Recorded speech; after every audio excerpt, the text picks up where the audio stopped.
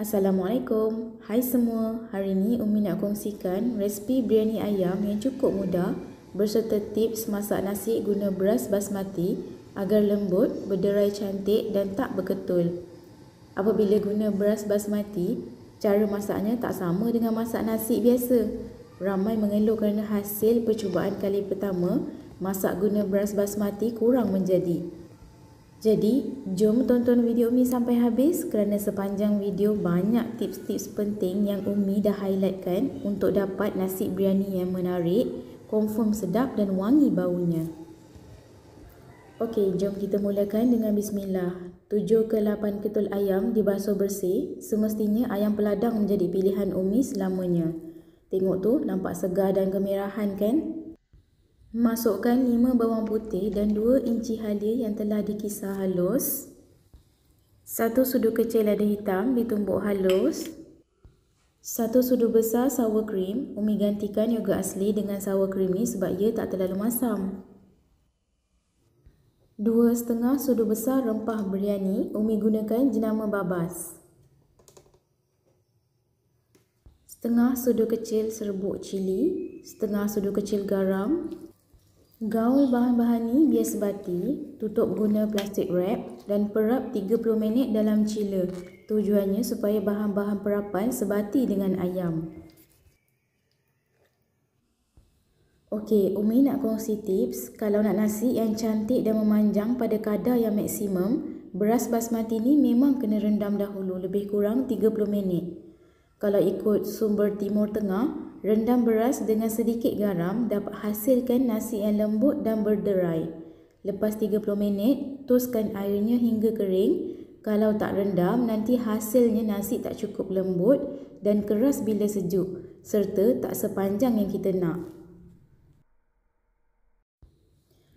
Kebiasaannya ada beberapa kaedah memasak nasi. Untuk resipi kali ini, Umi guna kaedah didihkan air tanpa sukatan. Air dididihkan dalam kuantiti yang banyak dan letak 1 sudu kecil margarin. Tujuannya bila dah toskan nanti, nasi tak melekat. Rebus beras yang telah direndam hingga separuh atau 3/4 masak. Bila beras dah separuh masak, Umi tos kering airnya dan try rasa guna tangan beras tu dah separuh masak atau belum. Untuk penyediaan kuah biryani ayam, pertama kisar halus 1 biji tomato bersama sedikit sahaja daun pudina dan daun ketumbar. Umi masukkan air agak-agak sampai boleh kisar, kira okey dah.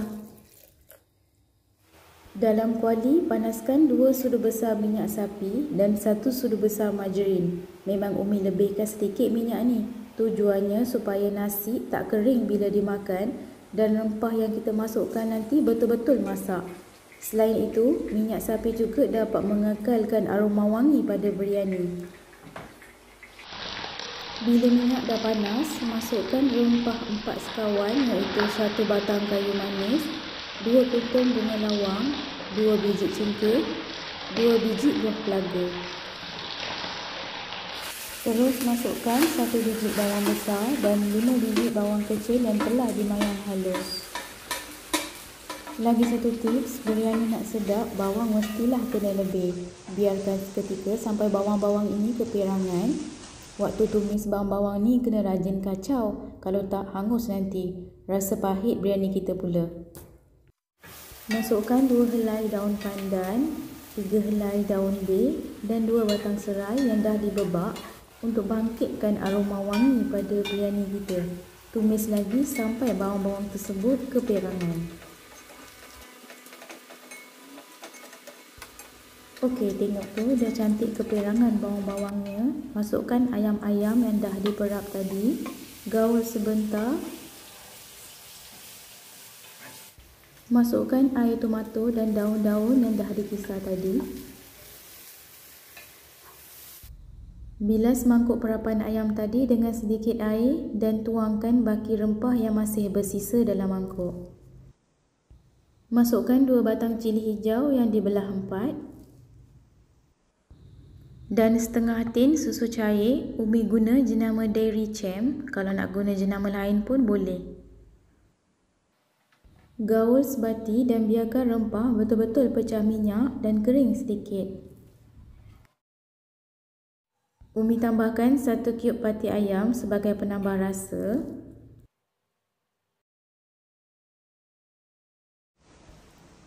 Tengok tu, rempah pun dah betul-betul pecah minyak dan berwarna gelap sedikit. Pastikan rempah dimasak lama dan betul-betul pecah minyak. Tujuannya supaya biryani kita tak rasa berempah je. Kalau anda nak tahu, ini pun antara salah satu tips yang penting. Kalau rempah tu tak betul-betul pecah minyak dan dimasak dengan betul, memang rasa biryani kita akan out, senang cerita tak sedap lah. Akhir sekali, tuangkan 1 sudu kecil sahaja perahan lemon. Umi tak letak lebih sebab tak nak biryani kita terlalu masam. Lagipun tadi Umi dah letak tomato dan juga sour cream. Biryani ni memang kena masam sedikit, barulah rasanya. Biarkan masak seketika lagi dan kuahnya kering sedikit dan bolehlah tutup api. Mulakan proses melapis pula. Dalam rice cooker, lapisan pertama Umi masukkan nasi dahulu dan ratakan. Lapisan kedua pula masukkan ayam dan tuangkan sedikit kuah biryani. Taburkan daun ketumbar, jangan terlalu banyak ya, agak-agak je. Taburkan juga bawang goreng dan kismis. Kalau ada gajus goreng boleh masukkan sekali. Sebab stok gajus tak ada kat rumah, jadi Umi tak letak. Ulang proses melapis hingga habis.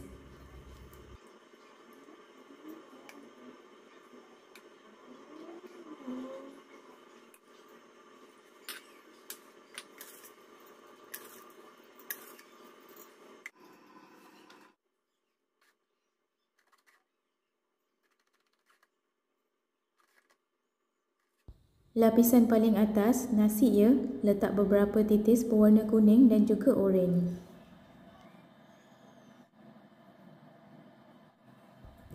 Tabur kismis, daun ketumbar, bawang goreng dan akhir sekali barulah tabur beberapa tangkai daun pudina. Umi guna pudina Cameron, baunya memang sangat wangi berbanding pudina biasa. Renjiskan air di permukaan nasi dan masak selama 10 minit lagi dalam rice cooker untuk memastikan nasi masak sepenuhnya. Okey, siap dah nasi biryani kita. Keluarkan semula daun-daun pudina yang dah layu tu ya. Umi memang tak tabur pudina di setiap layer kerana bagi sesetengah orang bila kerap sangat tergigit daun yang satu ni waktu makan, ia akan terasa pahit. Hal ini menyebabkan setengah orang tak gemar dan terus tak ada mood nak makan. Gembur-gemburkan nasi, guna sudik panjang macam Umi gunakan tu. Kalau tak ada, boleh je guna garfu. Cuma pastikan gembur semasa nasi masih panas supaya nasi cantik berderai sebutir-sebutir. Kerana bila dah sejuk, nasi akan mudah bergumpal dan melekat sedikit.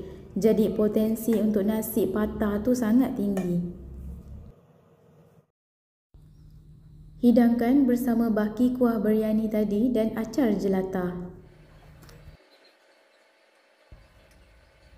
Jom, kali ni Umi nak belanja video Princess tengah makan biryani. Princess Umi ni memang suka nasi-nasi berperisa. Sedap tak? Dia makan. Jangan tumpah. Makan dekat-dekat dengan sikit. Ingat.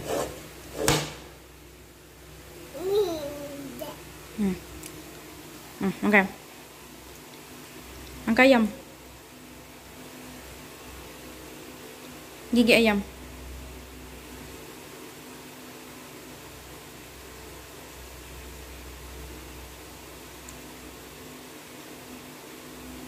Makan tangan kanan sayang.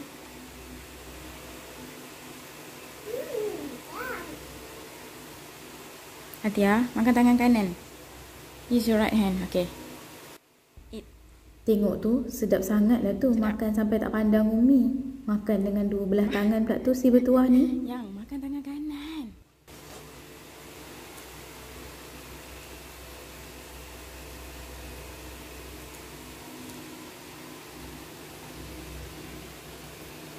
Pada anda yang berminat dengan resipi biryani ayam style Umi ni, jom cuba. Jangan lupa subscribe, like dan tolong sharekan resipi-resipi menarik daripada Umi di laman sosial anda. Terima kasih kerana sentiasa support Umi.